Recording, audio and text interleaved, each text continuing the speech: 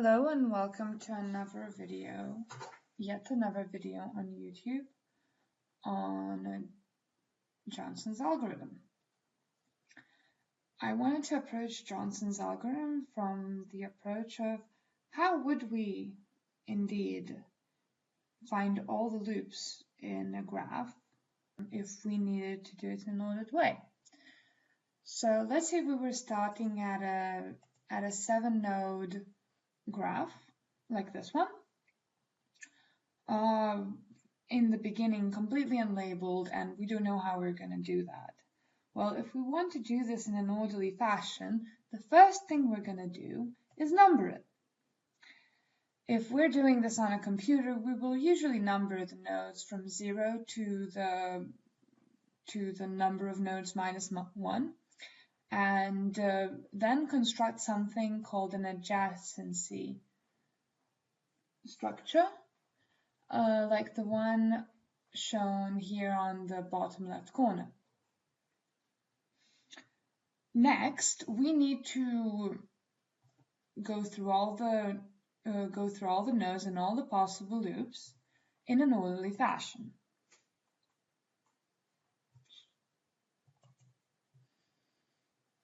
For this case, well, we need to start somewhere, so let's start at node 0. It's quite convenient to start at node 0 because that's the least number, and then we can just put it in a for loop or any other kind of recursiveness and follow through. For that use, we will need to keep track of the value of which is the first node, which in here is marked by variable s. Next, we will want to trace through the diagram, going around and checking whether we ever end up in the beginning loop, in the beginning node. In this case, it's the 0th node. In order to keep track of the path we're following, we will have a stack. The reason why we're going for a stack is that we will probably come back and take something off the stack for which the stack kind of variables are useful. Next, we will continue going. Like here we can see we returned from 0 to 2 and again went around the graph in some other path. One way of making sure that we cover every single branch that could be possibly useful is choosing the node with the least value and then incrementing through, which is what we did here. And here, as we can see, we have arrived at a dead end. And when we arrive at a dead end, we don't want to continue anymore, which means that we need to have some means of checking whether we have visited a node before.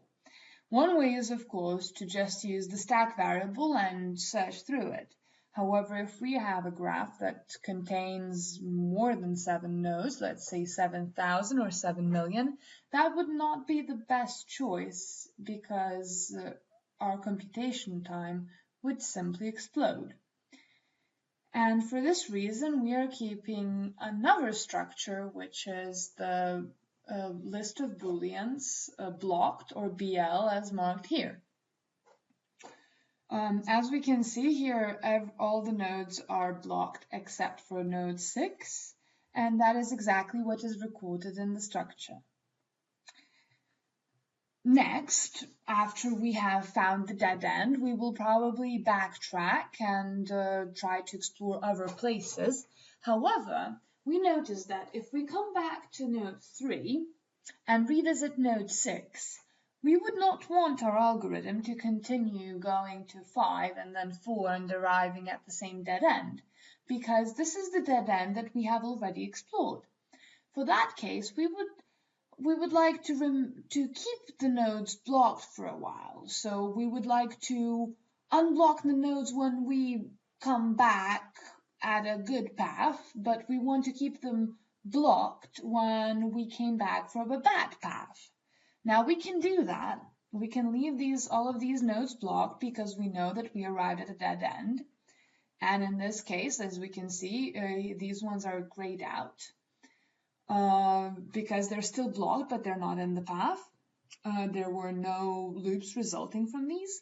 However, we also want some means of returning from the situation to unblock these nodes and eventually find this loop out of nodes 3, 6, and 5, which would not be possible if we keep them blocked.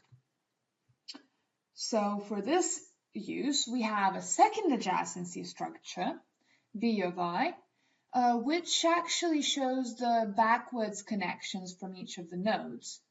And the way that we will unblock these paths is when we exit node 1, we will look at all the nodes that were accessed to this node from. We will look at all the nodes from which we access node 1 and unblock them and take a chain reaction going backwards through the entire thing and unblocking everything that visited that. That's what we need the structure be. And if you've read Johnson's paper, in the beginning you might be confused. Why do we need to adjacency structure and what is this all unblocking algorithm for? So this is what it's for. It's for unblocking these dead-end blocked paths that we want to revisit again. As we can see, well, now it's still the circuit structure has not been updated yet, and we are returning to node 0 to explore another path, which is the one leading through node 3. As we can see, this will output at least one other loop, actually 4 more loops. It will be the one that we can see shown here, and another 3, and in the end, we have in total 6 elementary circuits that contain node 0. Now, we have exhausted every single circuit that can begin at node 0, or any elementary circuit that contains node 0, and we would like to advance to another node. But in order to do that, first, we would like to remove node 0 from our adjacency structure along with any other connections. For this case, we have done just that here. The important thing to note is that we don't just need to get rid of the paths that are leading from 0, like these two, 0 to 1 and 0 to 3. We also need to get rid of the paths that are leading to 0, which is 1 to 0 and 2 to 0. One way is searching through the adjacency structure, and another one is keeping a backwards adjacency structure somewhere that we will reference later on. And thus we have a graph with 6 nodes, and we repeat the same algorithm again to find all the elementary circuits that contain node 1 but do not contain node 0. As we can see, we have found 3 more of these and continue to remove node 1. But what do we have here now? We have a problem. The problem is that if we explored paths that are leading from node 2 and looked for elementary circuits, we would find that there is no new elementary circuits that would contain node 2. In fact, there's also no elementary circuits that contain node 4. And because of this, we would like to run an extra algorithm. Now, this is not exactly part of Johnson's algorithm. In Johnson's algorithm, this is covered by stating that you need to always make sure that it's a strong graph, that it's strongly connected, but that you're inputting into the rest of the algorithm.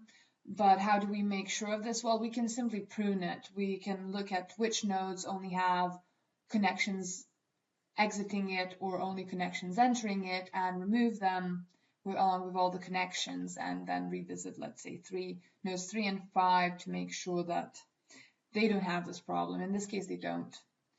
And we have a circuit of 3 nodes. We find 2 more loops, and it's finished. We can see that, well, if we remove 3 and 5, nothing happens. We only have 6. It doesn't revisit itself, and hence we're done.